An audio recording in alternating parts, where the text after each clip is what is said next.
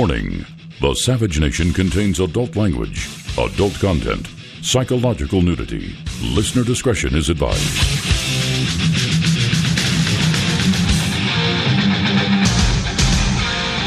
And now, America's most exciting radio talk show, The Savage Nation, home of borders, language, culture. And here he is, winner of the National Radio Hall of Fame Award, Michael Savage. I'm in the Hall of Fame? Oh, Michael is. Welcome into the Savage Nation. Greetings from Music Row in Music City, USA, Nashville. I'm Michael Del Giorno, honored once again to be filling in for Dr. Savage. Our phone number throughout the show, 855-400-7282, 855-400-SAVAGE. To follow along with all the stories we're covering, and even those we may not get around to getting to, you can sign up for or sign in to the Savage newsletter at michaelsavage.com. And debuted at number one, moving up 3 big notches this week. Get a hold of Dr. Savage's newest bestseller, Trump's War, His Battle for America. I use an expression all the time, and it's a great stage setter. I'm going to elaborate a little bit more before I lay out a very, very compelling circumstantial case and trend that is happening in America. But I always say behind every headline is a story. And behind every story, there's so much to talk about. Why do I say that? Because we live in a culture right now of immediate everything, fast everything. We're guilty mostly of our priorities in life that leads to our lack of time.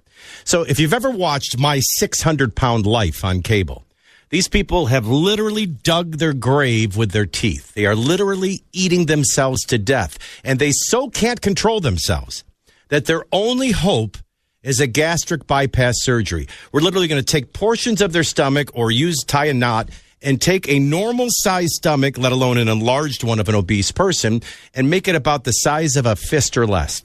And so these people can literally, they can only eat like a couple of teaspoons of something at a time. And that's kind of how it is with information today. We got like a bunch of people that have had understanding bypass surgery. And they think that they can understand the world and life without taking the time to really understand or really study.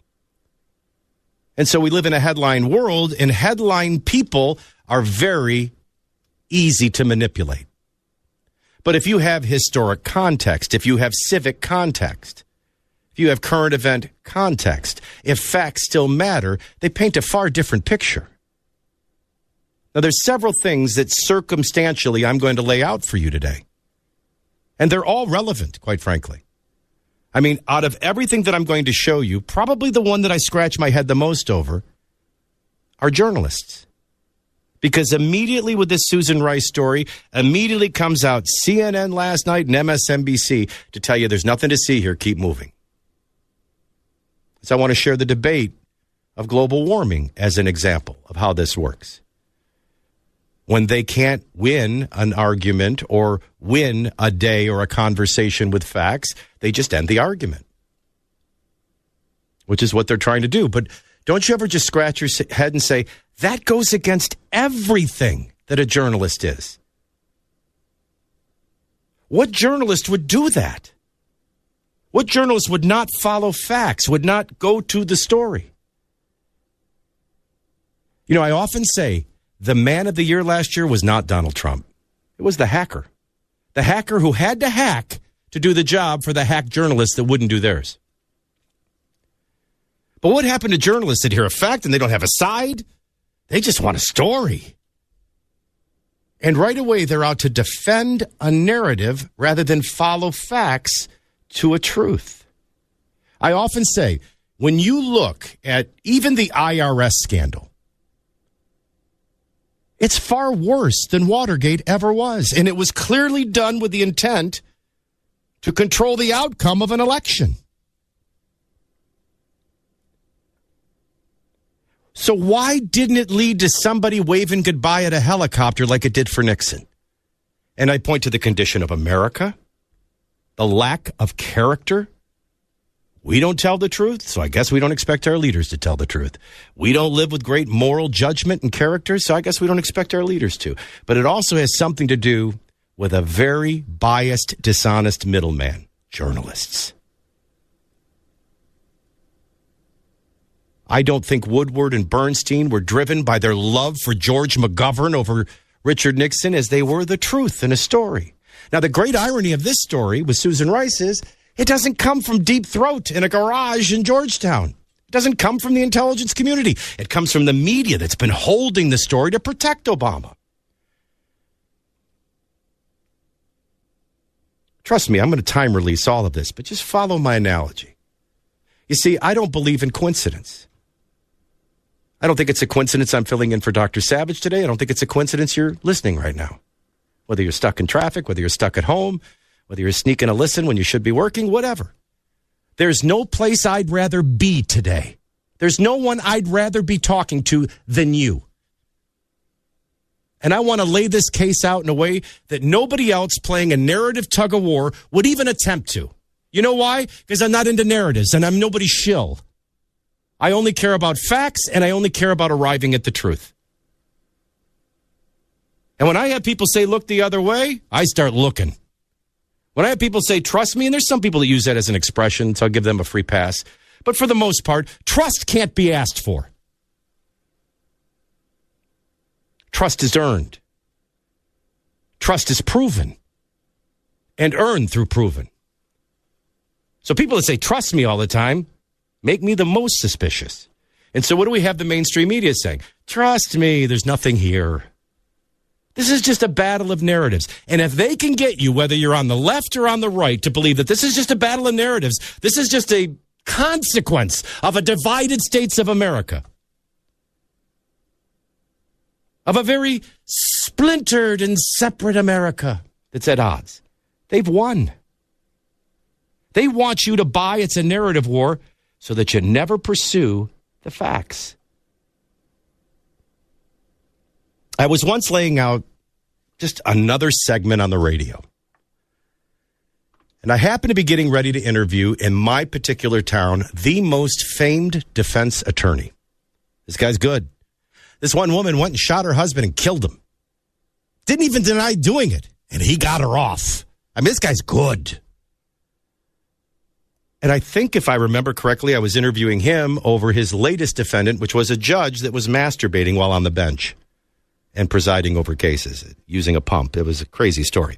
But he happened to just be in studio early for his interview, and I was laying out a case.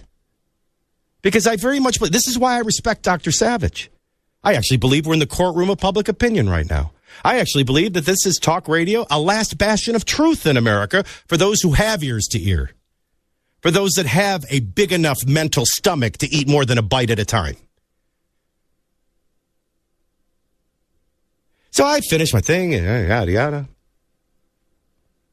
I hit my microphone off, say, how you doing? And he's looking at me with a strange look, and he goes, do you know, you just laid out a textbook, courtroom, opening argument. I mean, I went to very prestigious schools. It would be our wildest hope that we could teach and instruct somebody to perform like that in a courtroom. And I gave him a very nonchalant, very truthful answer. You know, I think I would have been a great trial attorney. I just didn't want to go to that much school. I guess I found my way to do it after all. Now, if I were a trial attorney, I don't think I'd be in defense, even though that's where the money is. Now, that's the good news about radio. Radio is the prosecution business, but that's where the money is. And I can tell you this from the bottom of my heart. If I had become an attorney, and if I were in courtrooms, I wouldn't want the easy, evidentiary, backed up by science, forensics. I mean, anybody can bring you a murder weapon. Anybody can bring you a confession. Oh, give me the circumstantial cases. That's where the fun is, right? Isn't that why we loved Few Good Men? Well, that's what we have here right now, a circumstantial case, as of today. But it does show a trend, and a clear trend. And it does have similar players, very similar in the case of Susan Rice. And the past tells us a lot about how to respond to this circumstantial evidence today. And I happen to believe that it's all a trend of consequence as well. And I believe the cover-up tactics and the narrative control tactics are the same time and time again. So Susan Rice can say, I didn't reveal nothing to nobody. All she wants, is she a credible witness? Was she credible on Bergdahl? Was she credible in Baghdad? Was she credible in Syria? I think that's relevant in a circumstantial case. But here's the main thing, and I've got a break, and then I'll begin the prosecution of today's top story. Whether you're on the left, whether you're CNN, MSNBC, Obama, Rice, Clinton, whoever you are out there listening, wherever you might be, or whether you're a Trump supporter, a Jeb supporter, a Ted supporter, a conservative of the Reagan Revolution, on the right or anywhere in between, here's the bottom line. Somebody did unmask, and somebody did leak it, and somebody got the order and did it, and did so for a reason and an intent. And it was either the national security of the United States of America and its citizens, or it was political and it was manipulation. So anybody that tells you, trust me, don't. Anybody tells you this is just a narrative war, they're a participant on one of the sides of the narrative war. But for those Americans that believe in the truth, that believe in consequence and justice and the deterring messages of justice, you better wake up. Because somebody unmasked, and if nobody's ever explained to you what that is, I'm going to today. And somebody revealed the names and leaked it to the media. And if it's not Susan Rice, it's somebody, and any journalist worth their weight would be following those facts to the story and the truth. Not the look the other way narrative. So I hope you haven't had a mental bypass, like a gastro bypass. I hope you got a big appetite, because I got a lot of facts and a lot of truth and a lot of circumstantial evidence, and it paints a pretty clear picture of where we should go from here. And it's not look the other way. It's keep listening to the Savage Nation. Del Giorno in for Savage. We'll continue in a moment. Join the Savage Nation. Call now, 855-400-SAVAGE, 855-400-7282. Savage. The Savage Nation is sponsored by Swiss America, the only company I trust with my financial future. Call 800-289-2646 or SwissAmerica.com.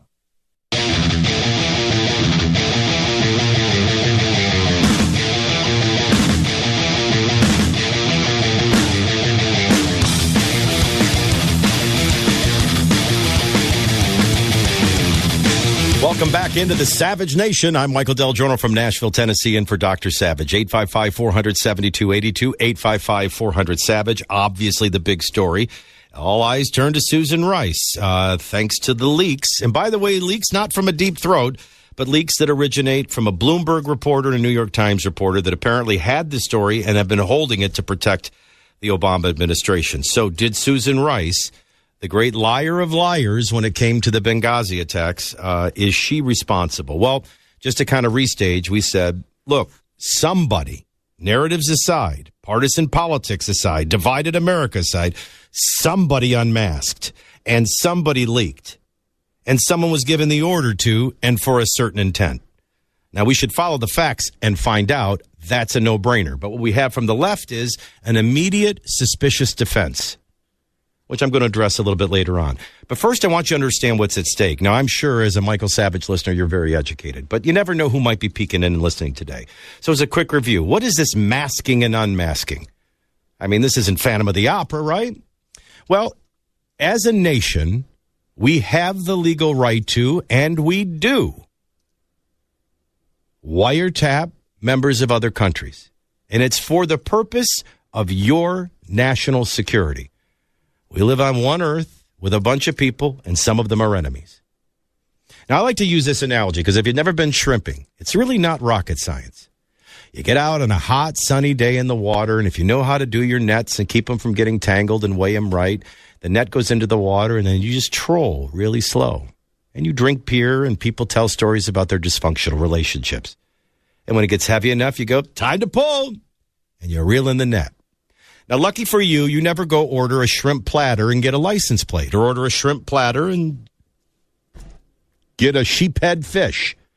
And the reason you don't is the net comes up, and then you stand there, and the shrimp go one way, and everything else goes back into the water. That's the sorting. All right, so the same is done with this intelligence. While you have the legal right to listen to this guy from Russia or that guy from China, you don't have a legal right to listen to who they're talking to. What do I mean by that? Well, I mean, if the guy might be a spy for Russia, but he might just be ordering a pizza. Or he might be having a conversation about the, Washington Nationals baseball game.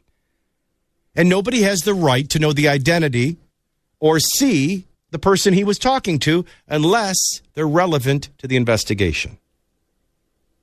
So it is legal to do that for foreign, not legal to do it for who they're talking to.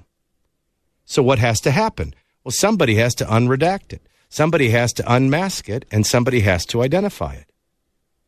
Now, that makes the paramount question, is it relevant? Which would be very revealing of the intent. In other words, were they shrimping for a Russian, or were they shrimping for a Trump? And a connection. Because if it was done for political reasons and not national security, and if it wasn't relevant to what they were seeing and who they were trying to wiretap, then somebody illegally gave the order, and somebody illegally unmasked, and somebody illegally identified, and then somebody really illegally leaked. And they did so for a very clear intent that is obvious to manipulate the outcome of an election, making this, like Benghazi, like the Tea Party, targeting of the IRS, and all the other things that build this trend, very troubling. Because it's all the same players, for all the same reasons, and for all the same side of the narrative war. As I said at the opening of the show, I love a circumstantial case. And I'm not buying MSNBC or CNN, which I'll be revealing to you momentarily, that this is a narrative war and ignore the other side. No, I'm following facts. Because that's the only way to the truth. And you are too, because you're in the Savage Nation. Michael Del Giorno in Nashville in for Dr. Savage. More next half hour. Join the Savage Nation. Call now, 855-400-SAVAGE, 855-400-7282. Savage.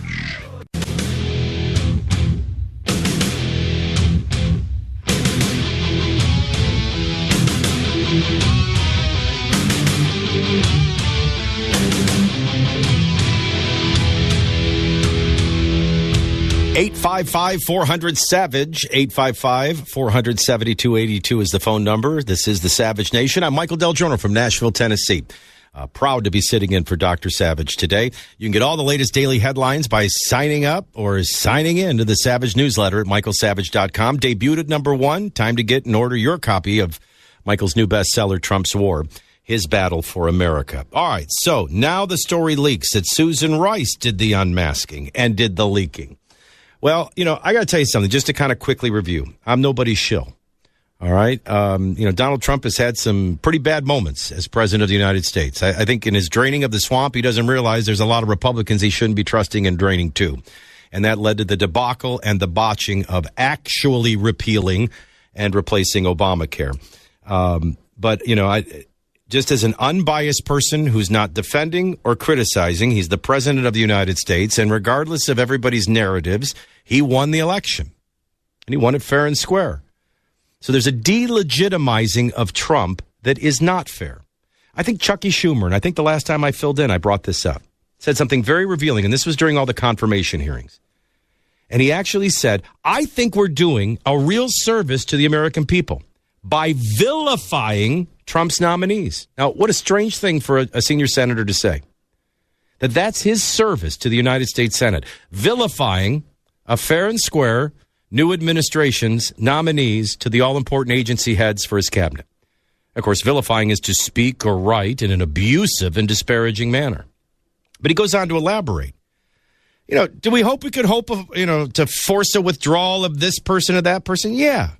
But even if we don't, it's all about laying the groundwork to stymie the Trump administration. Now, they're revealing to you their game plan. Maybe not every individual play, but certainly their overall game plan. Delegitimize and stymie. So that is a political game that is being played, at least by the Democrats, who have lost control of the executive branch of government and both houses of the legislative branch of government. And if they use a nuclear option, which is what it's going to take now to get Gorsuch on the bench, they will then lose the judicial branch of government. And there's only 3 branches. The other thing that made me suspicious from the beginning, there was this narrative, just this blank narrative. Oh, the Russians tampered with the election. Oh, how did they tamper? Did they actually go into the computers, hack, and change people's votes? No, through the hacking. Well, do you have proof that it was Russian? Never could really get around to that. And then we had research after the election that showed, you know what the real deciding factor of the election was? For over 62% of the American people, they didn't like either. But they broke Trump's way over 80%. And the whole referendum election and movement explains that. They didn't trust politicians, especially that damaged candidate, that proven liar, that proven untrustworthy establishment Clinton candidate. But then the narrative was, wow, but she won the popular vote. He didn't win. He only won the Electoral College. Well, yeah. That's the scoreboard. He won the election. So this all becomes a tactic about vilifying, stymieing, delegitimizing. That's the game. So now we get this whole Russian thing, and that's the first thing that doesn't make sense. There's no ties to Russia. You just kind of knew in your gut this was going to blow up in someone's face, didn't you? And then the more that the game is played and the more that comes out, it's starting to show a revealing trend. It's starting to show similar players. History is starting to repeat itself, and it will continue to until somebody holds them accountable. Now, I want to just stop right now, and I want to start with CNN's Don Lemon. Because this is a shocking... I have spent 15 years of my career trying to awaken people to media bias. They're rewriting reality just like Hollywood and your radical left academia professors are rewriting history and rewriting civics. They're rewriting reality today, and they control it by the stories they cover, the stories they don't.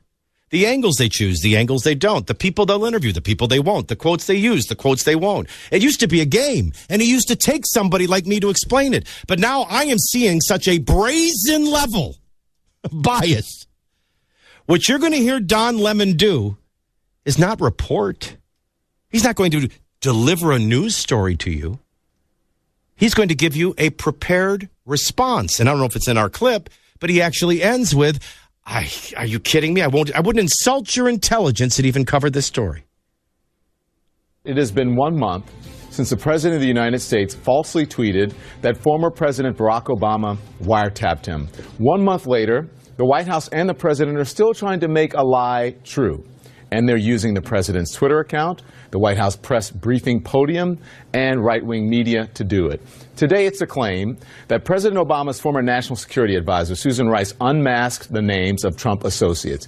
We will talk about that in detail in just a moment on this very program. And last week, it was a debunked talking point that former Obama administration official Evelyn Farkas admitted spying on the Trump team. She did no such thing. The week before that, it was Representative Devin Nunes' clumsy effort to give the president cover for wiretapping claims. The president said he was vindicated by Nunes. He was not. The Washington Post today calls the latest claims about Susan Rice anatomy of a fake scandal ginned up by right-wing media and Trump. So let us be very clear about this. There is no evidence whatsoever that the Trump team surveilled or was spied on illegally. There is no evidence that backs up the president's original claim. And on this program tonight, we will not insult your intelligence by pretending otherwise, nor will we aid and abet the people who are trying to misinform you, the American people, by creating a diversion. I got to tell you. I got to stop right here and say, isn't that beautiful? Isn't that beautiful? You know, I think global warming is the great analogy. First of all, Al Gore told us seas were going to be flowing into our living rooms. People were going to be starving to death. We were all going to be dying. Glaciers were going to melt. Temperatures were going to rise sky high. Now, the problem is, he said, that's going to happen in 10 years. And we're past 10 years. And none of it's happened. In fact, the whole thesis of global warming, which, by the way, if you do your research, it goes back to Agenda 21 and Sustainable Development. This was a UN agenda to eliminate any military or economic superpowers, to de-develop developed countries and to developize undeveloped countries. It was to redistribute wealth worldwide, and it was ultimately about control for the establishment of a one-world government. It was never about science, and it was never about the temperature. And even if you did everything these wackos are telling you to do, it doesn't do any good if China's not doing it, if India's not doing it. I mean, it's the world. And even if you did everything they said, you wouldn't impact temperatures but 1/10 of 1 degree. Who are you fooling as you're destroying your economy? Well, the 1 degree corrected. The ice was back and thicker than ever. We're actually in global cooling. And CO2 levels have never been higher. I mean, this whole thing has been debunked, right? So where are we at now? Oh, the debate's over. There's no more debate. And if you don't believe in it, you're a denier and you are a clear and present danger to humanity. That's coming next. Prosecution. Crimes against humanity. Because the debate is just over. We have no facts. We have no proof. We've been debunked. So now we just say the debate is over. Isn't that what Don Lemon did? That's what journalism is today compared to the Watergate years. That's our Woodward and Bernstein. And don't you love how they lay out the case? Nothing to see here. Keep moving. All debunked, all debunked. All narrative, all agenda. As he's carrying out all narrative, all agenda. I mean, what journalist doesn't want to at least give you the story, follow the facts, see if there's something to it? How could he be so sure before it's ever even a story that it's already debunked? That's not news coverage. That's a formal response. They're peppering you with distractions. Let me give you a couple. Trump campaign advisor met with Russian operative in 2013. Holy crap. Wait a minute. Time out. What? Trump wasn't even running for president in 2013. Well, that don't make sense. That's all right. We've all had our mental gastro bypass, and we can't read any more than a headline. Well, for grins, let's move on.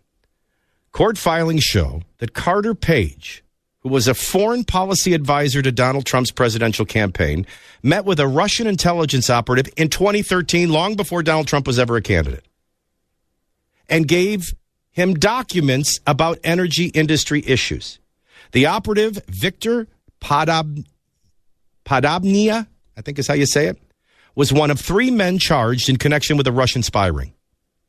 And the documents say that he tried to recruit Page, who was an energy consultant working in New York. Oh, well, that's different than the headline. The advisor to Trump's campaign didn't meet with this Russian operative. An energy consultant working in New York did. And the guy tried to recruit him, and he didn't succeed. And the guy that tried to recruit him is in jail. The hell does any of this have to do with anything? Oh, well, when you get down to the very final paragraph, because they're so clever with their bias. Oh, Page briefly served as a foreign policy advisor to Trump's campaign and left before the election. Trump had never had a relationship with this guy. Page, by the way, says he just shared basic immaterial information and publicly available research documents with the Russian spy, but it was long before he knew Trump, long before Trump was... That's how they try to cloud it. Again, if they can get you to just see this as, the left has their narratives, right has their narratives, I don't know. Let's go get some pizza.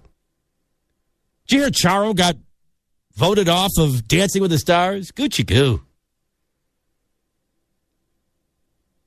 Anything but have you follow the facts. Here's another one. This is a classic today. Blackwater founder held secret meeting to set up Trump-Putin backdoor. The Washington Post reported yesterday that Eric Prince, the founder of Blackwater security firm, attended a secret meeting 9 days before Donald Trump's inauguration. Well, that's all the... I mean, do you realize the stretch in circumstantial evidence on these stories? And you don't even hear me doing a Don Lemon. Let alone we got a proven liar on Bergdahl, on Benghazi. I mean, I go on and on, Susan Rice.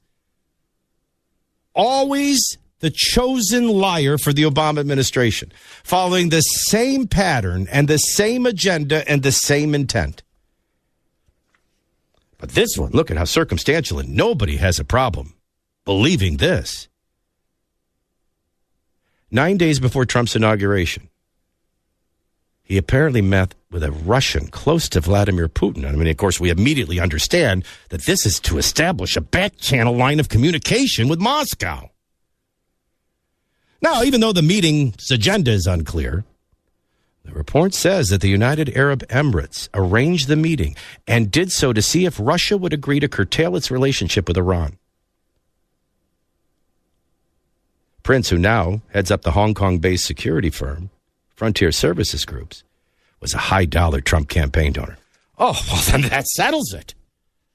So they'll pepper you with stories to try to make them, just in quantity, equal.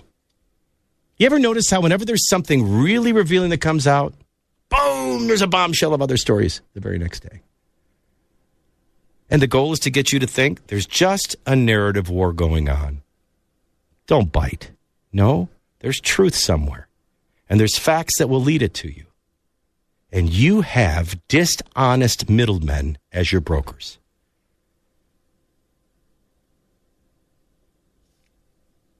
So I guess because Lemon says it's not a story and he's not going to lower himself or disregard, it's above our intelligence to even give the story a story. Oh, well, I guess we'll just turn the other way. Nothing to it. Nothing to even look into. Or perhaps today's follow-up, which is Susan Rice herself, a proven liar saying, I didn't share nothing with nobody. Oh, well, that ends it, right? Wrong, as we continue on the Savage Nation next. Join the Savage Nation. Call now, 855-400-SAVAGE, 855-400-7282. Savage. The Savage Nation is sponsored by Swiss America, the only company I trust with my financial future. Call 800-289-2646 or SwissAmerica.com.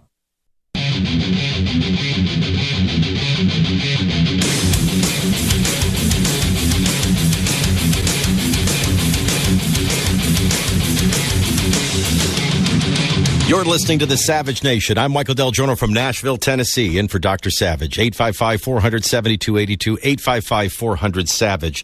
So we're talking about Susan Rice, and right away we have CNN's Don Lemon come on saying, oh, this is nothing but narratives. This is all a cover-up and a diversion to Susan Rice. This guy knows it all right from the beginning. Listen, I'll be the first person to look at you and say, well, I know where this story's coming from.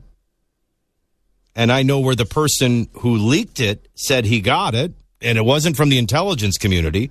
It was from a Bloomberg and a New York Times reporter who claimed they were holding the story to protect the Obama administration. Do I know that as a fact? No, I know the fact that that's what that person's reporting. And, of course, the report is that Susan Rice was the person behind the unmasking and the identifying of various members of the Trump team. Now, I don't know how Don Lemon knows right off the bat and right from the beginning, absolutely there's no facts to this. Absolutely there's nothing to even explore. Goes against every journalistic instinct, right? It's like your kids in the living room. The vase is broke. There's water everywhere. Nick, did you do it? I didn't do it. And Alex, we didn't do it. Oh, I guess somebody broke in and broke it. All right, I'll clean it up. And then not expect other things to be broke in the future. Or you walk up to a judge. My client did not do it. Oh, well, if you say he didn't do it, case dismissed. Who doesn't follow the facts now? Especially when it is Susan Rice, with a history of lying and proven lying. Now, the segment's too short here to do, but when we come back, we're going to look at, and remember my earlier lesson on what unmasking is. Because somebody ordered it. And if it was President Obama, he ordered it for a reason. And the only reason you would unmask the non-foreign person is if you felt it was relevant to national security and to that for which you were investigating. And then somebody revealed it and leaked it. So see, whether you're on the left or you're the right, whether you're CNN and MSNBC or Fox or the Savage Nation or whoever in between, somebody did do it. And you don't just dismiss the case. You keep following the facts until once and for all, you identify whom, who gave the order, who did it, and who leaked it. But how could a CNN reporter last night just say, oh, there's nothing to this, and it's beneath our network and you to even do this story? How could they possibly be so sure? How could they possibly have such a prepared response? We're living in a new day with a dishonest middleman, the lack of journalists. Next on the Savage Nation. Join the Savage Nation. Call now, 855-400-SAVAGE, 855-400-7282. Savage.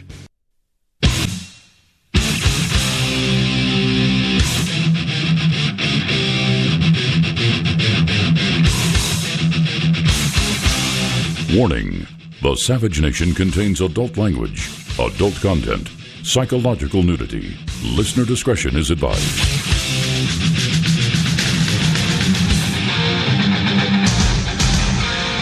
And now, America's most exciting radio talk show, The Savage Nation, home of borders, language, culture. And here he is, winner of the National Radio Hall of Fame Award, Michael Savage. I am Michael Del Giorno from Music Row in Music City, USA, Nashville, Tennessee. Honored to be filling in once again for Dr. Savage. The phone number, 855-400-SAVAGE, 855-400-7282. This is the Savage Nation. You can check out all the stories that we're covering today, even some we may not get to, by signing into or signing up for the Savage newsletter. You can subscribe today at michaelsavage.com or pick up a copy of his #1 debuting New York Times best-selling book, Trump's War. His Battle for America. We've kind of been laying out this whole Susan Rice story. And unlike CNN's Don Lemon, who, of course, has it all figured out and there's nothing here to see, keep moving, I say, well, there's some compelling facts and facts that need to be explored. I don't have all the answers right now. I couldn't possibly. But somebody very credible says that he gets this from two reporters, one from Bloomberg, one from the New York Times. And they've had the story all along. Who's been doing the unmasking, who gave the orders, and why, and who leaked it, and ultimately what its purpose was. And I think you find out from the Bloomberg reporter and the New York Times reporter, if all stories are accurate, that the reason they were hanging on to it was to protect Obama. So that really speaks to intent. So we say this is a courtroom of public opinion, and we say that this is a circumstantial case, but I want to be the first person to look you in the eye and say, never mind these narrative wars, whether it's the left or the right. Somebody unmasked, and it's illegal, and it's dangerous to all of our privacy and security and our constitutionally protected place. So who gave the order? Who did it? And what was their intent? Was it for the national security of the United States, or was it for political purposes? In other words, if you're Don Lemon, or you're Michael Savage, or you're Michael Del Giorno, all right, I'm going to play you Susan Rice in a minute. It says, I didn't do nothing. I revealed nothing to nobody. Okay, well, somebody did. And it's not an outrageous place to start. After all, you were the national security advisor. And this is a national security tool. You realize how bad this looks, Susan? You would be the one working that closely to the president. The other thing that we're going to explore this hour is a trend that has developed. And I want to look you right in the eye, if nobody else has, and said, if you just go back to Benghazi, you're not going back far enough. You start with the Tea Party lesson. You see, Barack Obama gets elected president of the United States, gets a nomination over Hillary Clinton, wins his election easy over John McCain, and he is the highest. Guy got a Nobel Prize before he did anything. This guy is riding the highest level of celebrity. And he gets started with Obamacare, and he had a lot of stuff he had planned. But none of it happened. Why? Because in the midst of that, at the grassroots, very natural, not partisan, not politically driven, not agendized and funded, a natural uprising begins. The Tea Party movement. And these are just Americans saying, you know what? You can't spend your way out of a spending problem. You can't debt your way out of a debt problem. This debt is outrageous, and it's unsustainable, and it's going to destroy us. And whether you're a Republican or a Democrat, for God's sakes, you don't have a revenue problem. You have a spending problem. Then they're looking at jobs and the borders and unenforced laws, and they're saying, we're a sovereign nation. We have a right to defend our borders. And we're a government of laws. You have a right to enforce those laws, not only for justice and security and protection, but it was bankrupting us economically. draining our education budgets, draining our health care. It's a big part of the Obamacare issue. Can be tied very closely to immigration. Why? Well, what was blowing everything up is people that didn't have insurance walking right into an emergency room. So you had cost shifting at payment time. And all Obamacare did was really shift it to premiums. But that's why the costs were escalating, because more people were not paying than paying. So basically, these people are going into the emergency room, not taking care of themselves, getting all kinds of expensive treatments, and you were paying for it. Because now your sonogram is X dollars when it used to be X dollars. So it was a threat to our national financial security and, at a time of war with radical Islam, our homeland security. So this natural grassroots movement of the Tea Party starts rising up. And what does it do? Shocks the crap out of Obama, and the midterm election gives control of the House of Representatives to the Republicans. Now you got a check and balance.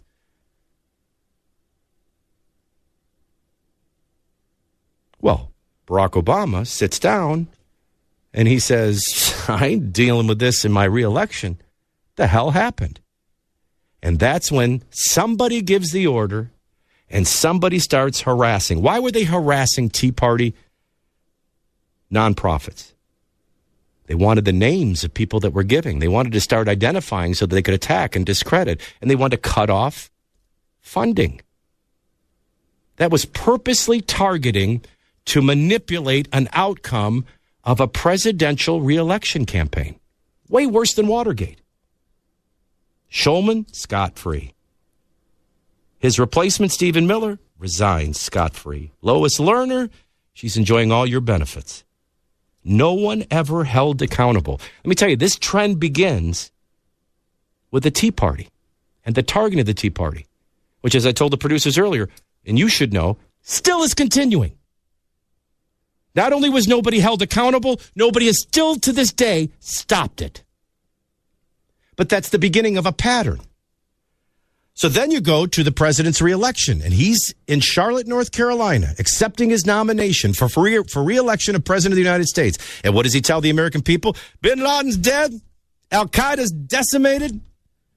Reelect me, and now let's fix the economy and our recovery. The problem, because it was Hillary's vision and because he followed, we meddled in Benghazi. Turned our back on Gaddafi, who, by the way, was no Boy Scout, but he was complying in the war on terror. We get rid of him, creates a vacuum, and it gets filled. And it gets filled by Al-Qaeda that's not as decimated as the president portrays. So what could be the worst thing after you're sitting at a convention saying, Bin Laden's dead, and he was, and may I say, because I don't get to fill in every day, Bin Laden's death was great for 9/11 justice. It had very little bearing on the war on terror. Very little. Because Bin Laden was never the mastermind. Mohammed is. Bin Laden was never the inspiring motive. Mohammed is. And world dominance is the game. And one dies and another steps right up. So yeah, Bin Laden was dead. Irrelevant. Beyond justice for 9/11. But Al-Qaeda is far from decimated. And it's about to morph into ISIS in Iraq, where you left too soon, as he's negotiating the exit of Afghanistan with the cause of the war in Afghanistan, the Taliban. You can't make this stuff up. As he destroys our relationships with Turkey, as he aids and abets Iran, it was crazy time. But oh, by the way, he got rid of Gaddafi. The place was crawling with Al-Qaeda. And we know,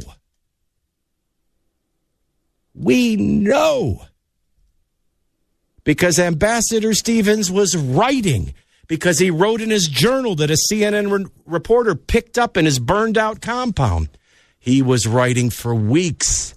This place is crawling with Al-Qaeda. They're planning an attack. We don't have security. We won't be able to defend ourselves. And we know from emails since that this administration knew within 2 hours it was pre-planned and it was Al-Qaeda. Yet they send Susan Rice and Hillary Clinton. Hillary, who bought ads throughout the Middle East, apologizing for spending millions of your taxpayer dollars. Apologizing in the Middle East over a YouTube video.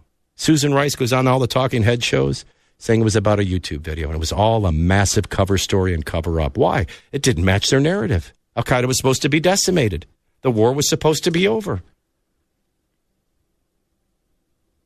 Just like Hillary was supposed to win and carry on the Obama legacy and continue the de-development of America, the elimination of America as a superpower, the propping up of all of our enemies, and the abandonment of all of our friends. And she was a shoo-in over a cartoon character, Miss Universe owning, reality show hosting Donald Trump. But then he comes out with the nomination, and suddenly somebody's unmasking in July. Suddenly someone's identifying and leaking names. Well, this is starting to sound too much like Benghazi, too much like the Tea Party targeting. I mean, I think in a courtroom of public opinion where circumstantial evidence is the case, this is a pretty compelling pattern. And it involves all the same players. Now, in a courtroom or in a United States congressional hearing, you would have enough information and enough suspicion to at least, with all due respect, Miss Rice, would you please appear and answer some questions from the United States government?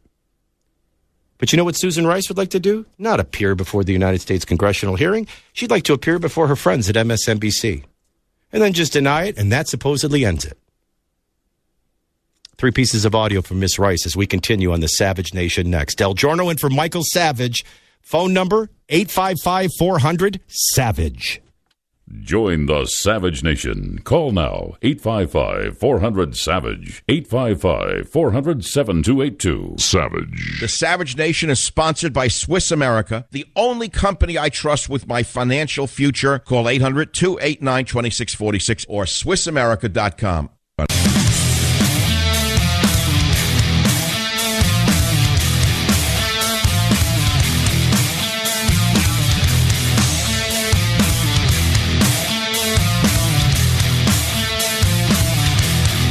I am Michael Del Giorno in for Dr. Michael Savage on the Savage Nation. Our phone number, 855-400-SAVAGE, 855-400-7282. And I promise I'm going to get to Terry John and more of your calls here in a moment. I want to just finish making this case.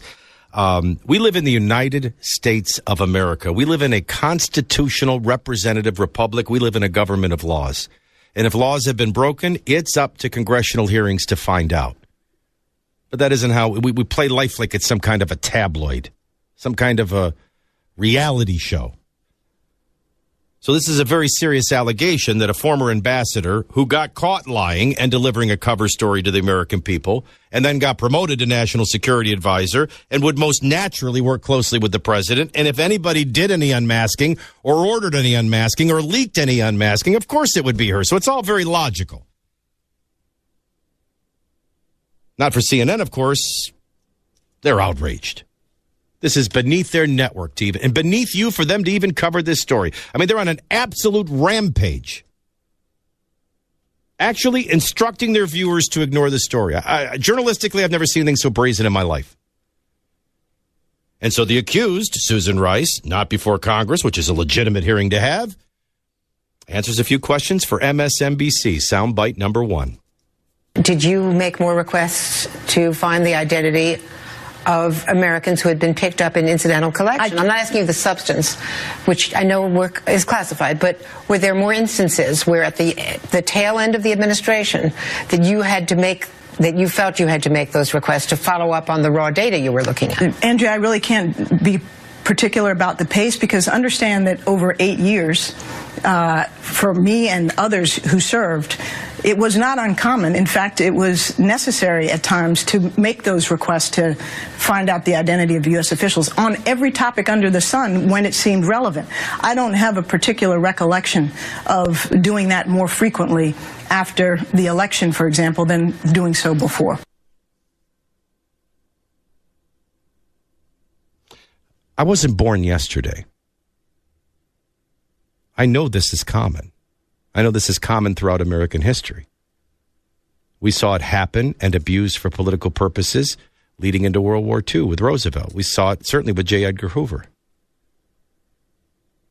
Again, going back to masking, Yes, it is legal. Yes, it is necessary for national security to wiretap and observe foreign people in our country. But you protect the people they're talking. If they call and order a pizza, the person that answers the phone, so-and-so's pizza, he's protected. All right, and I understand that it probably happens far more than people know. But that's irrelevant as to how often somebody gave the order and it was for an intent. Was the intent national security or was the intent political manipulation? That's the real question that needs to be asked. And in the case of these Trump people, were you doing it because you had evidence or that the conversation was such that it was so relevant and necessary for the understanding of it? Because if you can't make that case, it's obvious it was political. It's obviously was a political agenda for election time manipulation. And this is why you have members of the United States Congress in a formal hearing ask questions and not Andrea Mitchell and MSNBC, who dropped dead made MSNBC and CNN the boss. Well, they are the boss of the leftist narrative. Clip 2. Did the pace accelerate during the transition, perhaps in early December, perhaps when the president ordered an investigation into the hacking, the Russian hacking? Did the pace of unmasking requests, of your unmasking requests, accelerate toward the end of the White House tenure? And I can't say the pace of unmasking requests would accelerate, but if you're asking were there more reports provided to senior U.S. officials after the president requested the compilation of the intelligence, which was ultimately provided in January, yes. What happened was, as the IC went about the business, the intelligence community went about the business of following up on the president's order, fulfilling the president's request for such a report. They went back and scrubbed more reports. They began to provide more such reports to American officials, including myself. To clip 3 and the golden question. This is not anything political has been alleged. The allegation is that somehow Obama administration officials utilized intelligence for political purposes. That's absolutely false. Let me explain how this works. I was a national security advisor. My job is to protect the American people and the security of our country. That's the same as the Secretary of State, the Secretary of Defense, the CIA director. And every morning, to enable us to do that, we receive from the intelligence community a compilation of intelligence reports that the IC, the intelligence community, has selected for us on a daily basis to give us the best information as to what's going on around the world. Here's the bottom line. Of course it picked up. There was hacking. It was embarrassing to the Democrats, and so that is political in its origin. But how credible is this witness? And should the whole case die now because she says no? I say no. Next. Join the Savage Nation. Call now, 855-400-SAVAGE.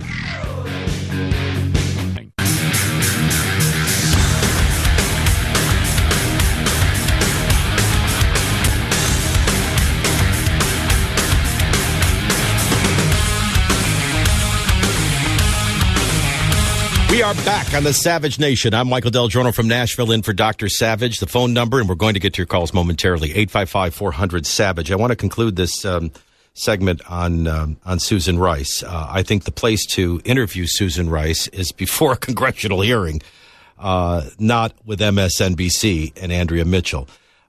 She can't have it both ways. She can't claim, well, I don't have any idea how much unmasking was done or if the rate increased or, And then she says the notion which some people are trying to suggest is that by asking for the identity of American people, which is to unmask, is the same as leaking it. And that's completely false. So, obviously she's the national security advisor, and obviously she works very closely with the president. Obviously, as she makes clear, the president was very concerned over Russian involvement in hacking. So political is its origin. After all, the DNC was very embarrassed by what was revealed. But it didn't determine the outcome of the election. We know that from post-research. But that was certainly where it began. I mean, nobody felt the need that America was being threatened by a Russian invasion, per se. So now we know from her that, yeah, they were tracking. Yeah, they were unmasking. But I didn't leak nothing to nobody. Well, somebody did. And it's time for a hearing. I also think that the pattern is important, and it started with the Tea Party targeting, and then the Benghazi cover story and cover-up, and then now this. And they all center around elections and their outcome. Don't forget, just as a review, the Tea Party harassment was because they won the midterm election. And Obama wanted to make crystal clear and sure that they were not an influence when it came time for him to be reelected. And so they were targeted to discredit and to defund, to control their influence in order to manipulate the outcome of his reelection campaign. Benghazi was about an election because he had told the world bin Laden's dead, Al-Qaeda's decimated, the war is over. And that clearly wasn't the case in Benghazi.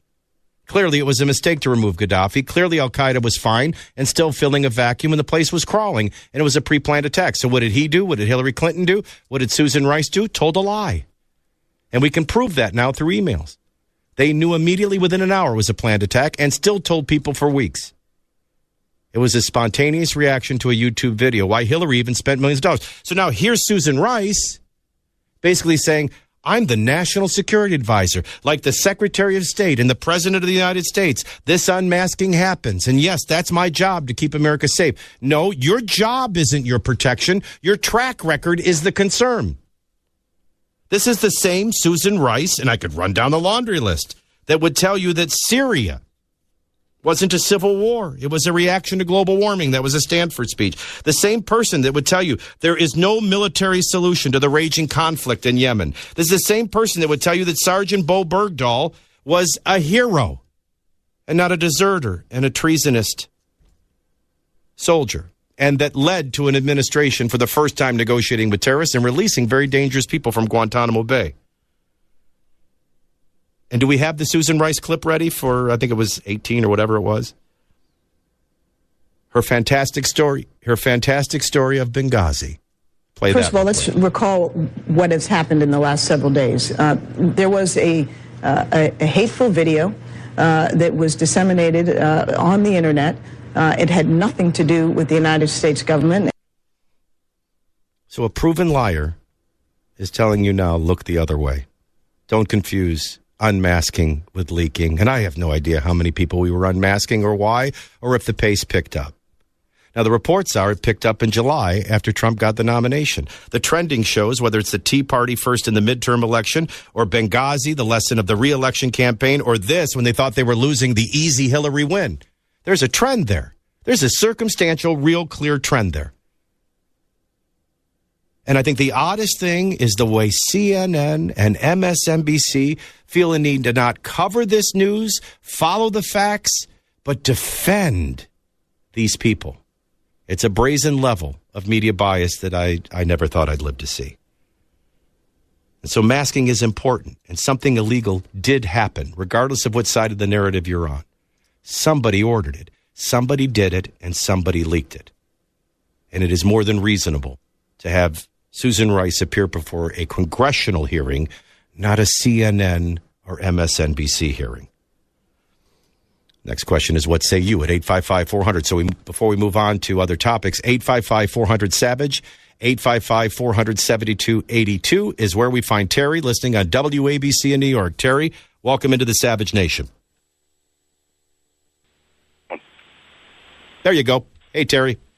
Listen, the couple of points. First of all, she's a big Alinskyite, just as she's also a Clintonista. So you shouldn't be shocked by anything she does. And then because she's an Alinskyite, you got to parse every word she said. In the first cut that you played on her, she said officials. And that's a very specific phrase to a security advisor. She's hedging her words there. Two, she's saying she didn't leak, but she still didn't say that she didn't unmask. And while she may not have been the one who leaked, she definitely is the one who unmasked, which is what the legal charge would be. As far as it going before a congressional investigation, with Mitch McConnell, I don't think it'll happen. The only way it'll happen is if they appoint a special prosecutor, and again, because of too many rhinos, I don't really see it happen. Well, and I appreciate that. By the way, I was certainly not saying I was shocked by any stretch of the imagination. Now, the CNN didn't shock me, but it appalled me. but I wouldn't say use the term shocked. None of it shocks me anymore. In fact, I always say the only thing left shocking in life is the truth. I will say this. I don't think the solution is going to be found in a congressional hearing completely. I think it's going to be found in the American people. The American people are going to have to rise up and educate themselves historically and civically and understand things beyond headlines, and they're going to have to demand justice. And they're going to have to demand journalism. As I said at the beginning of the show, the biggest difference, I mean, whether you're looking at Tea Party, Benghazi, or even this, far worse than Watergate. So what's the difference? Well, I say the character and the demands of the American people and journalism. That's what keeps this from being a Watergate. John on WSBA in Pennsylvania. Welcome to the Savage Nation. Hello, Michael. I just want to say you're doing a great job, and I want to thank you and Dr. Savage and all the other conservative speakers that standing up for our freedom. You mentioned before about journalism and, how could this happen with journalism? With true journalism, these things don't happen because true journalism, presents the objective facts, and they allow the people to make up their own mind. They don't try to spin things and cause them to manipulate their thinking to the way they want them to think. That's the difference between fake news and true news. Actually, I was just going to say real quickly, thanks for the call, John. I don't know. I think fake news is just anything you don't agree with. Anything that doesn't fit your narrative. But what John says that is absolutely true is that the facts would pave the way of the trail. In other words, a true journalist is curious. A true journalist is diligent and dutiful and detailed, and they follow the facts. They're in pursuit of the truth. Or as John would say, just presenting you the story and letting you decide. Now, I got to be honest with you. Fox says, we report, you decide. Well, it's a great slogan, but they don't live it either. And so, see, that, to me, is one of the biggest problems in America. We are the divided states of America, not the United States of America. We are so divided. Indivisible? What a joke. We celebrate our divisions. We don't even require unity anymore. That's what happens when you make diversity your God. Anything goes. But the reality is, what journalist wouldn't be hungry?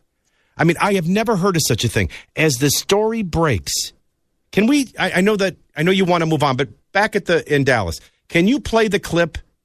Let's go back to CNN last night, because this is the most incredible thing I have ever heard. And I have spent 20 years explaining media bias to people.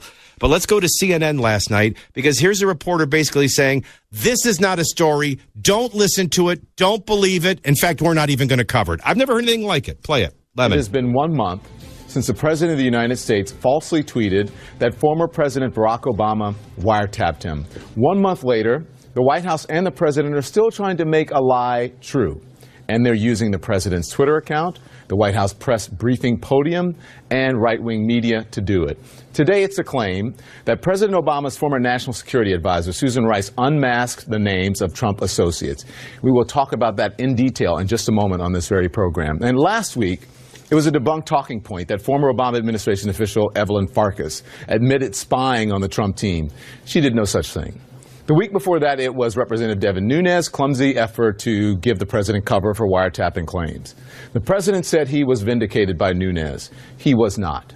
The Washington Post today calls the latest claims about Susan Rice anatomy of a fake scandal ginned up by right-wing media and Trump. So let us be very clear about this. There is no evidence whatsoever that the Trump team surveilled or was spied on illegally. There is no evidence that backs up the president's original claim.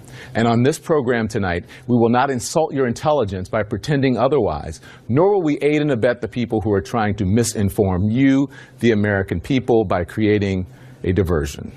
Not going to do it. Creating a diversion, misleading the American people. This is classic Saul Alinsky. Trust me, whenever anybody says trust me, don't trust them. Whenever anybody says look the other way, start looking where they're trying to point you away from.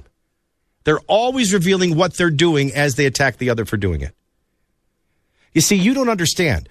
If you believe them, just blindly believe them, well, of course they win. But they win if you just believe it's a narrative war.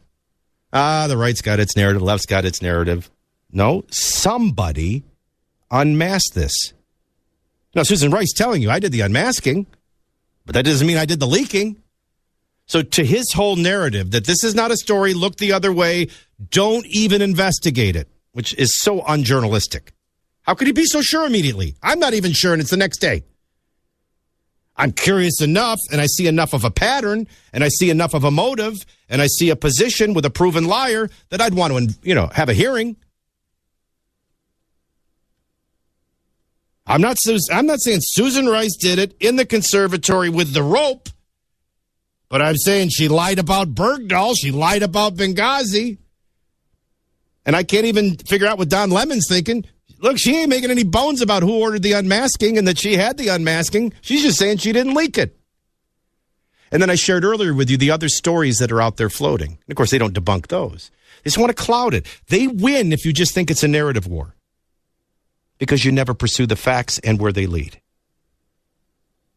I think the timing of it beginning in July is very suspicious. I think the same players, I think the same tracking and pattern of Tea Party midterm election, not to be influencing the re-election, Benghazi, not to re-influence the re-election, and then now this, to influence the outcome of a Hillary victory. I mean, this is a pattern. So I see trending behaviors. I see trending players. I see trending no consequence. I see trending cover-ups and narrative control. And I see a dishonest middleman in the death of journalism playing a role in rewriting reality. And I see them going next to the same thing they did with global warming. Even though it's obvious to everyone. Debate's over.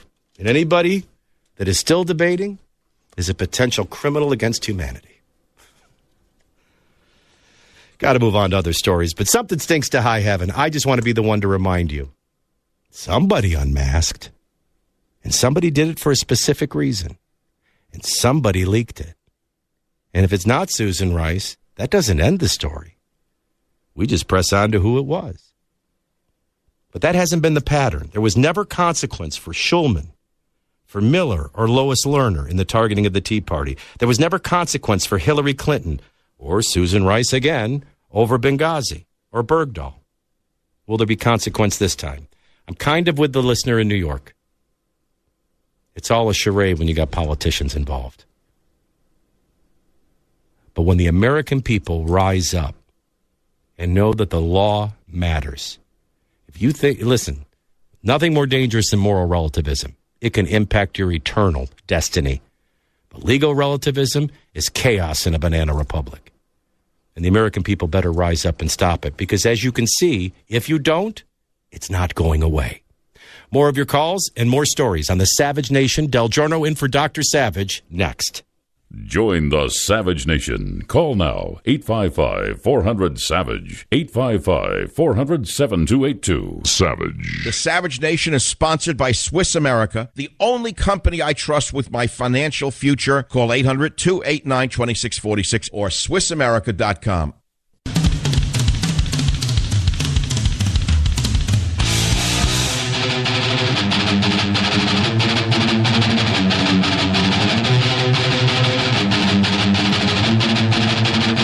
This is the Savage Nation. I'm Michael Del Giorno in for Dr. Savage, who is resting today.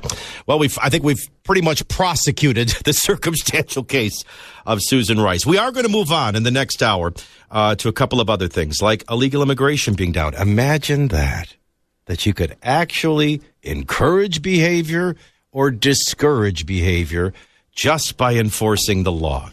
As I say all the time, the only thing shocking left in life is the truth. And I got to make my loser of the day, Chucky Schumer. And as you know, he wanted and he encouraged Donald Trump to have consulted with the Senate Democrats before picking a Supreme Court nominee. Elections have consequences. I didn't like it when Obama said it, but they do. And the American people knew that this election, in addition to being about Trump or Clinton, was also about sovereignty and secured borders and enforcing border laws. It was about jobs and trade deals. And yes, they knew very well it was about the balance of the third branch of government, an equal branch, if it will ever return to that, the justice. And there's not a Democrat. I mean, do you think Hillary Clinton was going to consult with the Republicans over her nominee? What a joke. But I'll play that audio for you. We'll put it into perspective. Hey, listen, as you can tell, if nothing else, we're in a war. And it's Trump's war and it's America's war. Trump's war, his battle for America. Debuted at #1, bestseller by Michael Savage. Pick up your copy today. And we'll continue on the Savage Nation with more of your phone calls at 855-400-SAVAGE, 855-400-7282. I'm Michael Del Giorno from Music City, USA.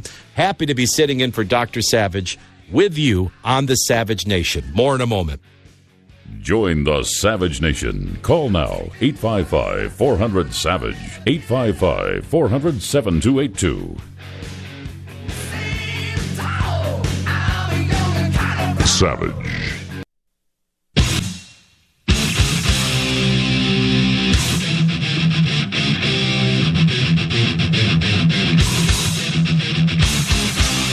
Warning. The Savage Nation contains adult language, adult content, psychological nudity. Listener discretion is advised.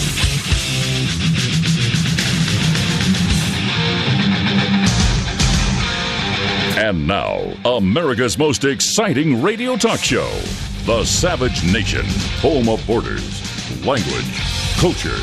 And here he is, winner of the National Radio Hall of Fame Award, Michael Savage.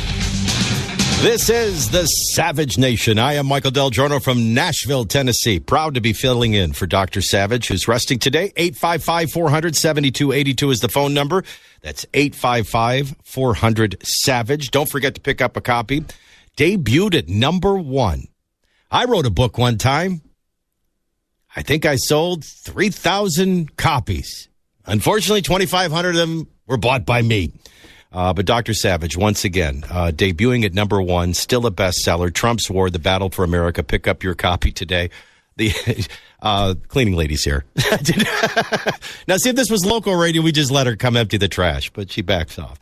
And then don't forget to follow all the stories. Michael is actually never off, and he's always keeping an eye on the top stories of the day, and even the ones we haven't gotten to today. You can sign up for or just sign on to the Savage Nation newsletter at michaelsavage.com. You know, I guess disc jockeys back in the day would have a favorite song, and so it shouldn't be, forbidden for a talk show host to have a favorite story. I have to tell you, and we spent 2 hours on Susan Rice, so I think we're free to move on. I am fascinated with what appears to be a very highly sexual charged atmosphere at Fox News. I don't know what that midday show that's on. The sound is never on, but when I'm on the air locally in Nashville, it's always on the television set. I think it's called Outnumbered. And basically what you have are like 5 or 6 women, all of them wearing the exact same skin-tight high skirt. One's in blue, one's in red, one's in green, one's in yellow. I mean, it's like the Rockettes, a sea of legs. The other day, as Bill O'Reilly, of course, is defending himself, that he has settled 5 sexual harassment lawsuits. I think it was $15 million. Don't fact check me on that, but something to that effect. I had been watching him on this show, and I felt sorry for him because with all that going on in the news, he's surrounded by these Rockette legs on the set. And, of course, nobody's covered up. Nobody's behind a chair or a desk or anything. And I'm watching him trying to carry on a conversation without, looking down or peeking. It was very uncomfortable. I felt sorry for him, especially under the circumstances. And I got to tell you, as a man, I find this highly offensive. I don't tune into Fox, to see some hot girl with legs exposed. I got to prove to people now that I'm watching Fox for the news like they used to argue over reading Playboy for the articles. And I'm so offended. I'm serious. I'm going to give him 6 years to fix this. And then I'm not watching anymore. But Fox has its troubles with lawsuits, as you know. The revelations of Bill O'Reilly. And again, I think this is part of the narratives in the media wars. All right, so there's, they're not just trying to discredit Trump. They're trying to discredit anybody that's supporting them. But clearly you have a problem there. Roger Ailes and this. But it's the CNN lawsuit. Last December, CNN and other Time Warner units were hit with a proposed class action suit in Georgia federal court. The named plaintiff, and I think I'm pronouncing it right, Celeste Henley, who says she worked for CNN for 7 years until she was allegedly fired for emailing human resources about a discriminatory treatment.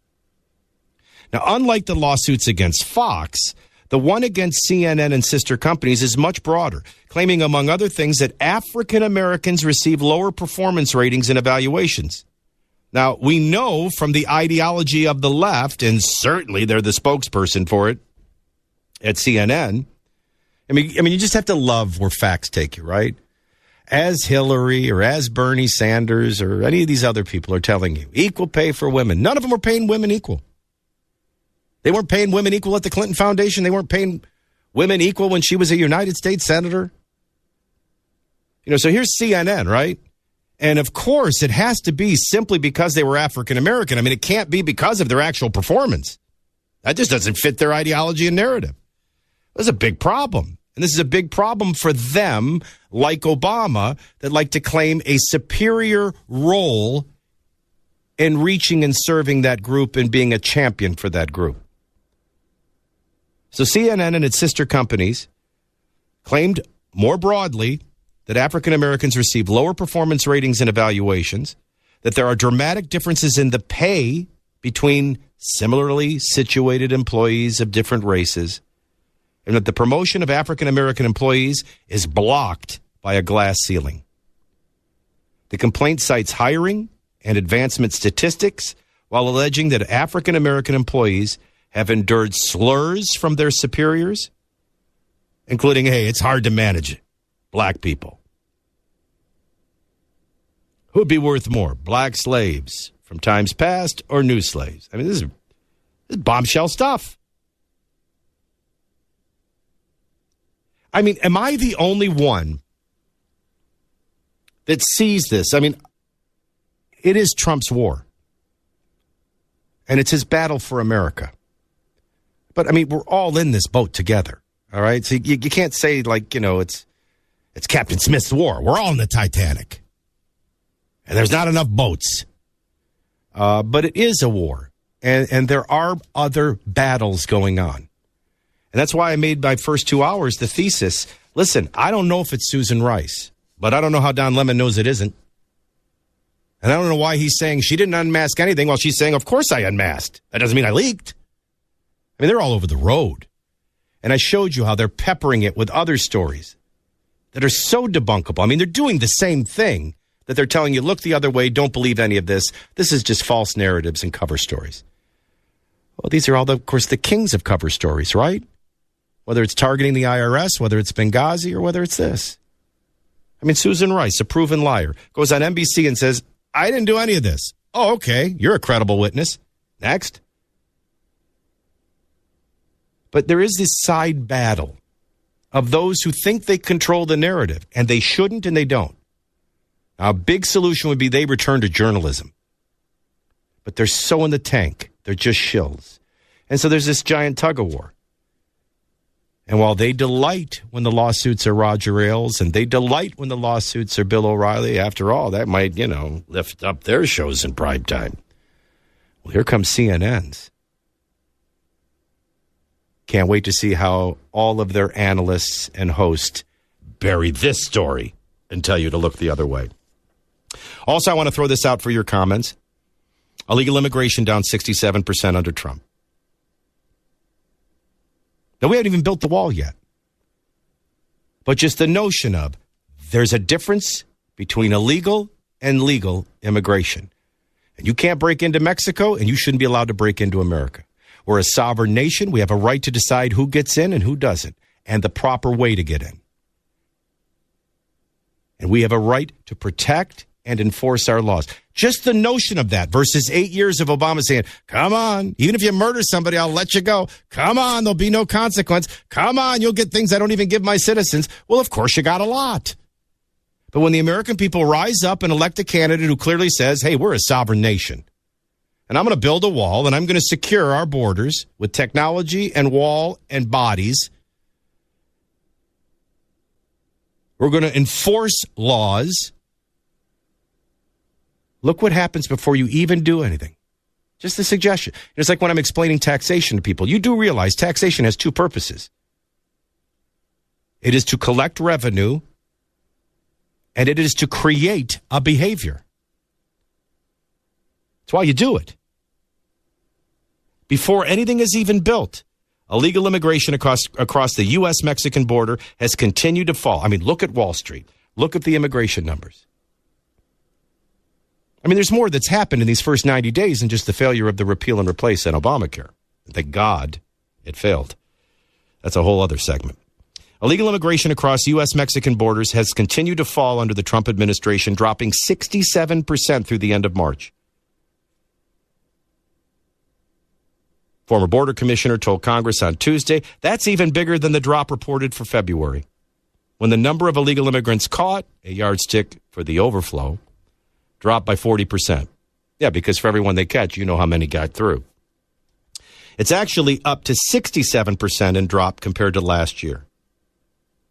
Customs and Border Protection did not immediately respond to the request for confirmation of the numbers. The agency has been releasing its monthly figures each month, though March figures have not been released yet. But there's no indication to say that they're off. That's just in messaging. Now, I don't know how Mexico gets away with it. You break into Mexico, good luck. You're lucky if you get out of the desert, and you're lucky if you get out of jail. And you definitely get your butt deported. Why is it they have that right and we don't? Suddenly we are hateful. This nation was built on immigration and assimilation, not breaking in and squatters' rights. Another early sign, before the wall's even built, of a Trump victory. Now, I was mentioning earlier that if disc jockeys are allowed to have favorite songs, I'm allowed to have a favorite story. And boy, do I have one. My loser of the day, even over Susan Rice, Chucky Schumer, when we continue on the Savage Nation next. Del Giorno in for Dr. Savage. More in a moment. Join the Savage Nation. Call now, 855-400-SAVAGE, 855-400-7282. Savage. The Savage Nation is sponsored by Swiss America, the only company I trust with my financial future. Call 800-289-2646 or SwissAmerica.com.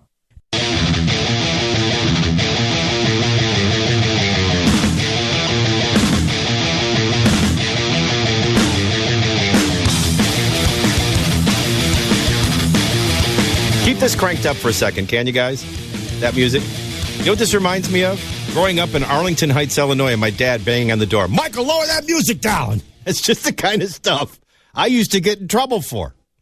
And now, well, not getting paid, but honored to be filling in for Dr. Savage. Welcome back into the Savage Nation. I'm Michael Del Giorno from Nashville, Tennessee.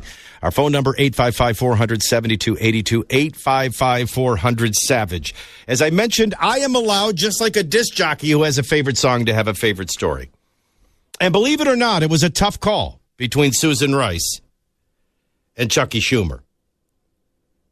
Elections naturally have consequences. Now, again, a president nominates a Supreme Court justice. The legislature confirms.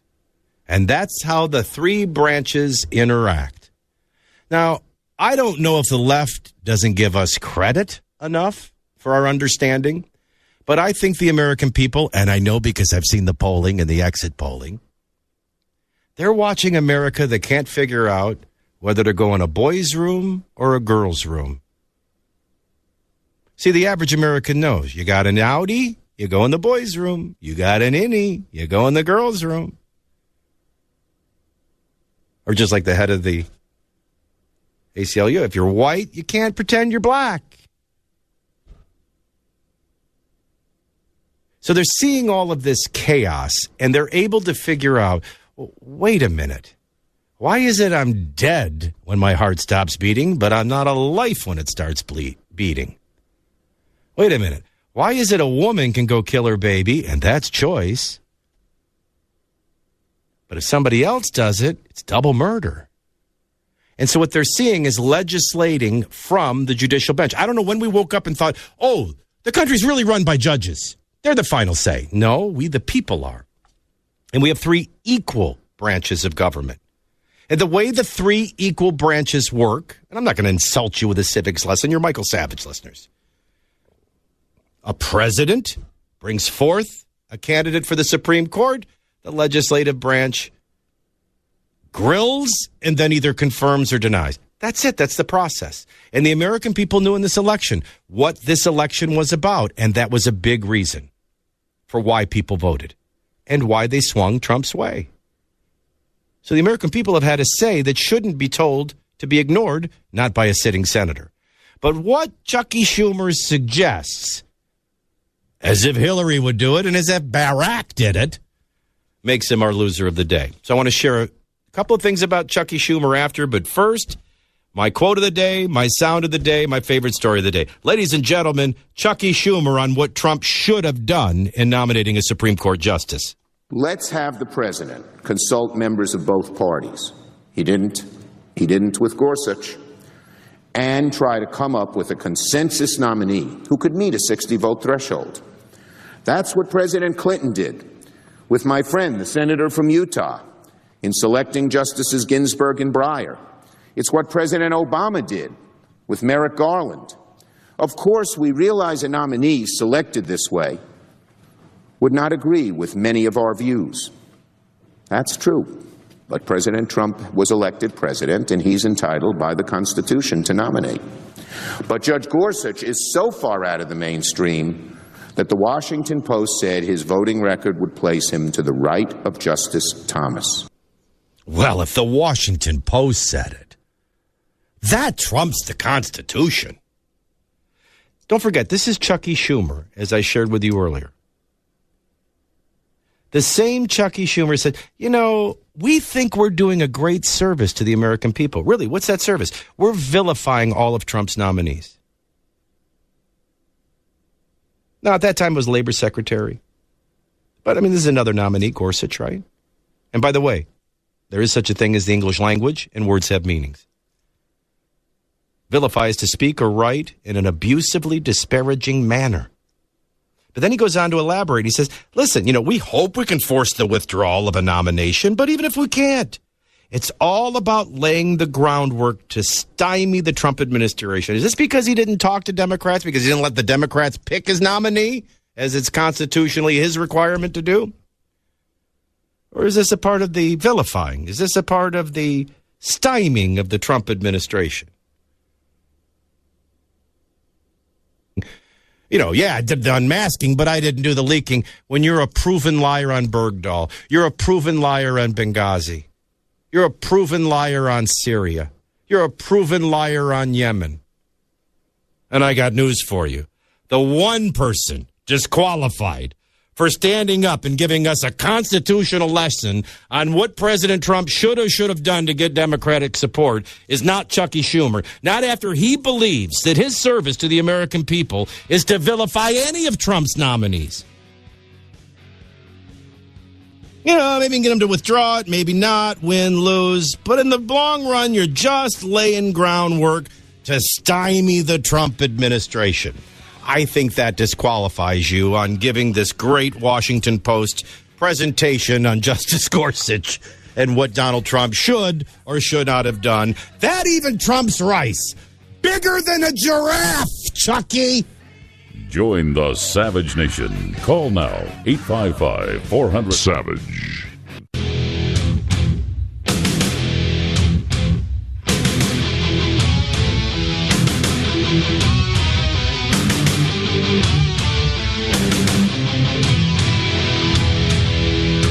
This is the Savage Nation. I am Michael Del Giorno from Nashville, Tennessee. Honored to be in for Dr. Savage. 855-400-7282 is the phone number. 855-400-SAVAGE. I love that guy's voice, whoever he is. Don't forget to pick up a copy of Trump's War, his Battle for America. It debuted #1, still a bestseller, another hit from Dr. Savage. A couple of things I wanted to do in this final time together.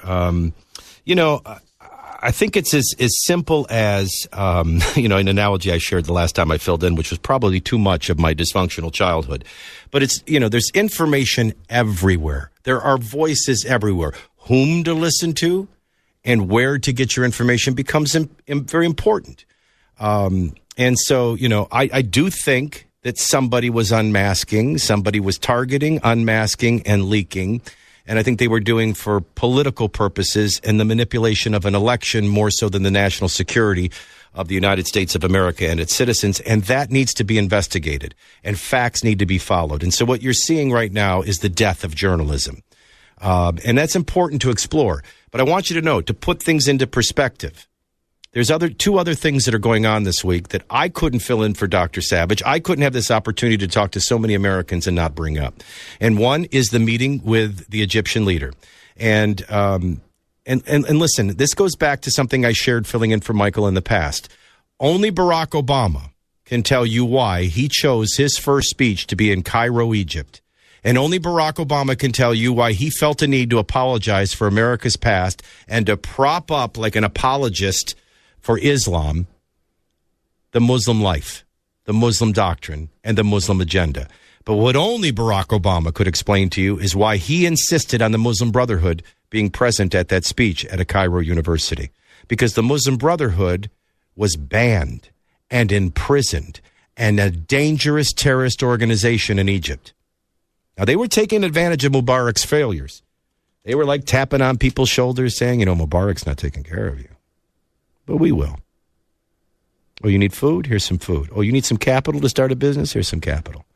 Just remember us when we get our chance to rule again. And so what did your president do? He fanned the flames of terrorists raping, looting, rioting, and busting terrorists out of prison as spring, as democracy in bloom. And he fanned the flames and turned his back on an ally, Egypt, and fanned the flames of a Muslim Brotherhood coup and takeover. And then the Muslim Brotherhood said, well, we'll never run a president. We'll take control of the parliament, but won't run a president. And then they did. Because one of the guys that was busted out of prison was Mohammed Morsi. And he ended up becoming president. And then he did away with the parliament and set up an Islamic dictatorship. You see, the Muslim Brotherhood is an umbrella of Islamic Society of North America, of CARE, of Islamic student unions.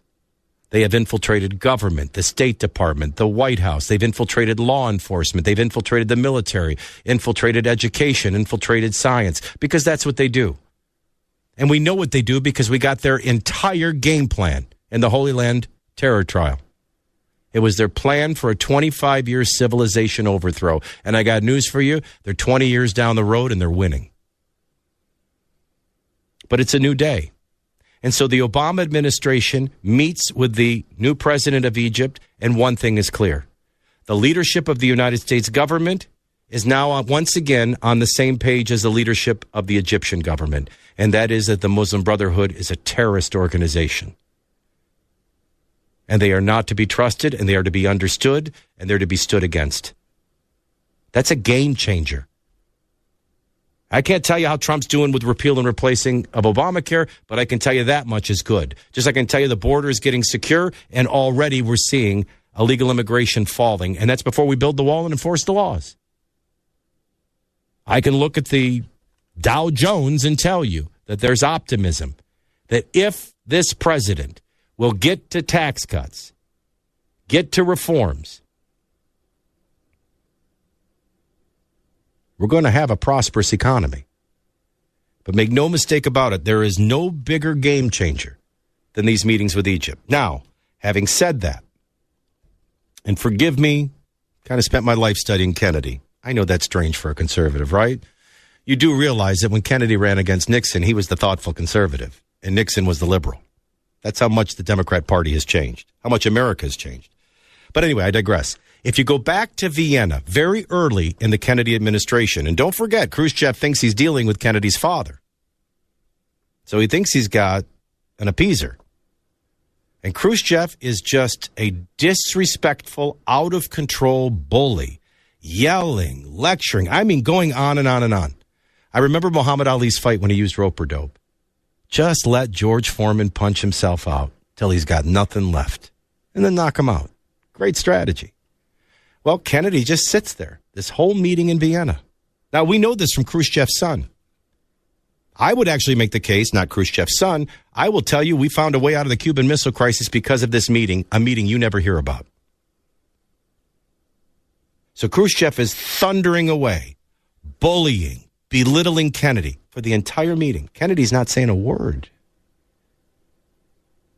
When Khrushchev, kind of like Foreman, is just, he's out of energy, he's out of punches, he's out of everything. Kennedy just kind of goes, well, looks like it's going to be a long, cold winter, and gets up and leaves. And Khrushchev's son said, my father didn't know what to do with that. He didn't even know who he was dealing with. He couldn't believe it. Life is best understood looking back, but unfortunately has to be lived looking forward. That pearl of wisdom I read on a bathroom urinal wall. It served me well. And Khrushchev's son says he thinks that played a huge role in how the Cuban Missile Crisis played out. He never knew what to make of Kennedy.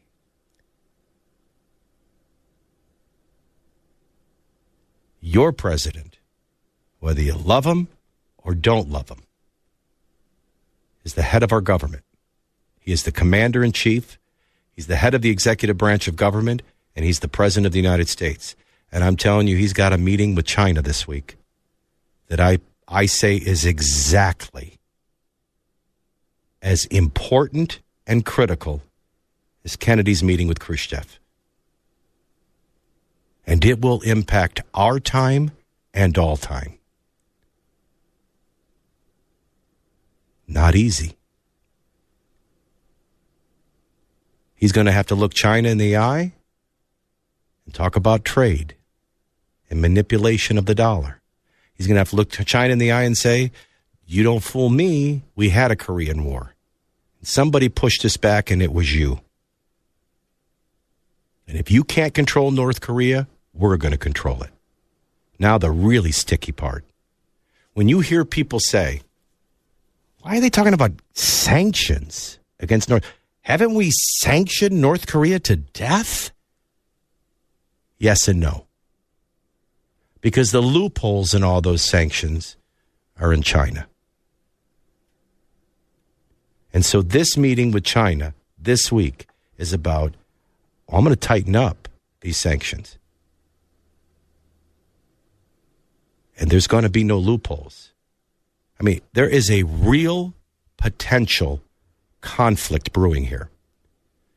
Now, I often say we have proxy wars everywhere.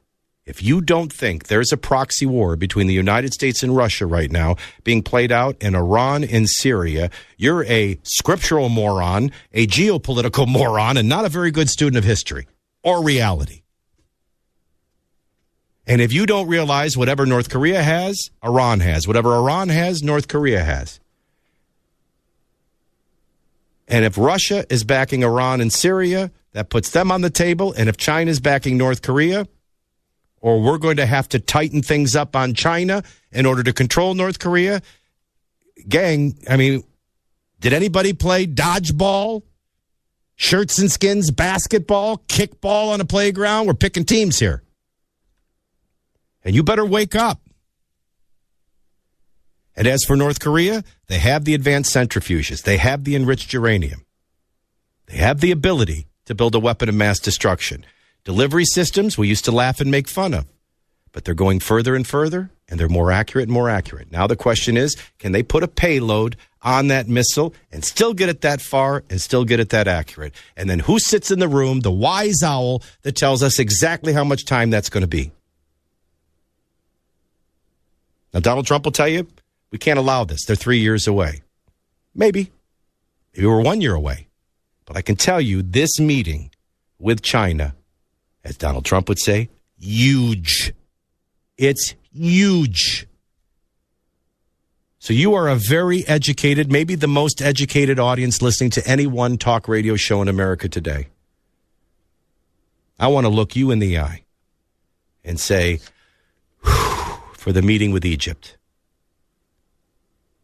Now, a lot of Christians were killed and a lot of Christians were displaced, and a lot of Christians, Coptic Christians, were persecuted in Egypt because of your president. And by the way, nobody's that naive, nobody's that stupid, and nobody is that successful as a failure for their enemy. In human history, Barack Obama was at best a very dangerous player. At best. And we survived that. And finally, the leader of the U.S. government and the Egyptian government are back on the same page about what evil is, what terrorism is, and who's really behind it. That's good. Now get on your knees and pray for a very important meeting with Chinese leadership, because it might be a world war at stake. And at that point, well, kind of like how many people were talking about Social Security lock boxes after 9/11? You'll be talking about who was unmasking and revealing what, or what some jamoke at CNN tells you is or is not news. That's my final say. We'll get yours next. The phone number, 855-400-SAVAGE, 855-400-7282. Next, Del Giorno in for Dr. Savage. This is the Savage Nation. Join the Savage Nation. Call now, 855-400-SAVAGE, 855-400-7282. Savage. The Savage Nation is sponsored by Swiss America, the only company I trust with my financial future. Call 800-289-2646 or SwissAmerica.com.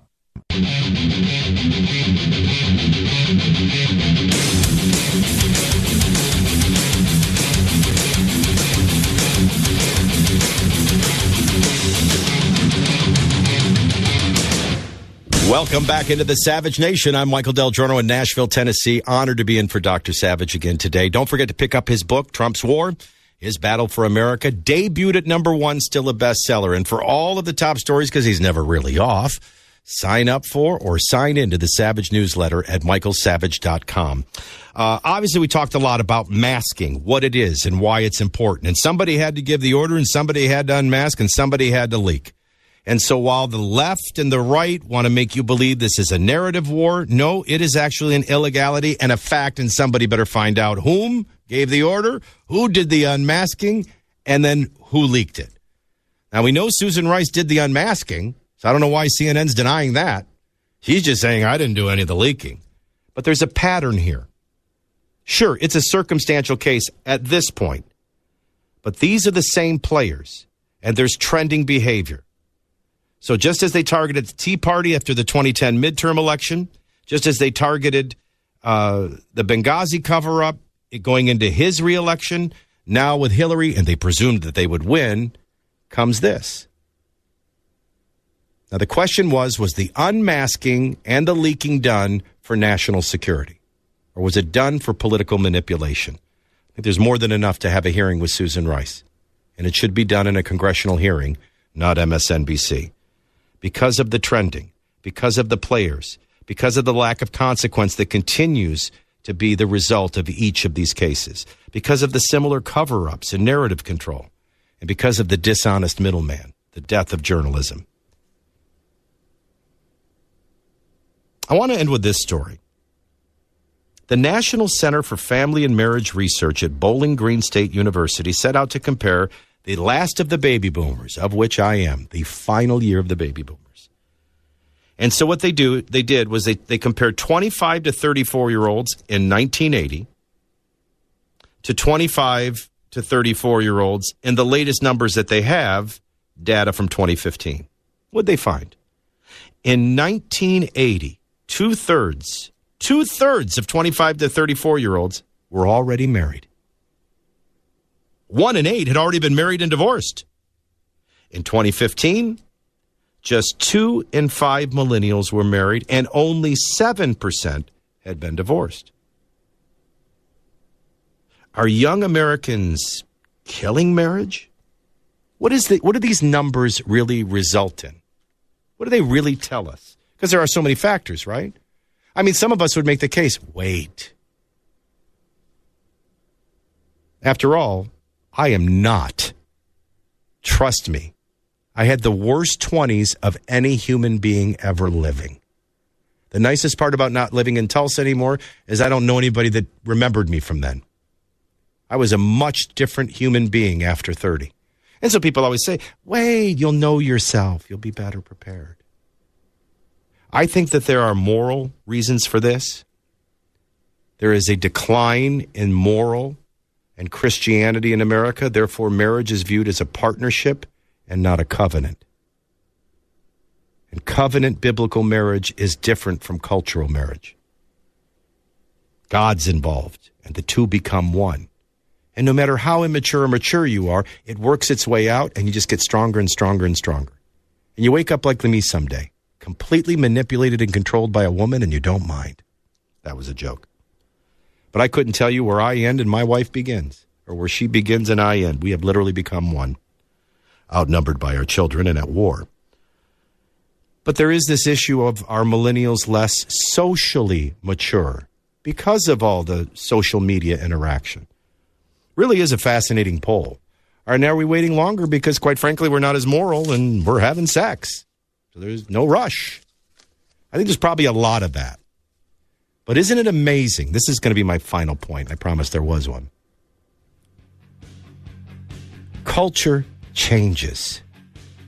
And when people indoctrinate children in textbooks and in classrooms for 1, 2, 3 generations, when they take their cue not from Christ but from their favorite music star, or not from the Bible but from movies, or not from this but from reality shows or news shows, it doesn't take long to blink and 2 or 3 generations pass.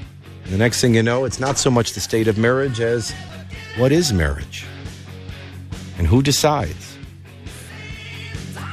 I'll see you next time on the Savage Nation. Savage.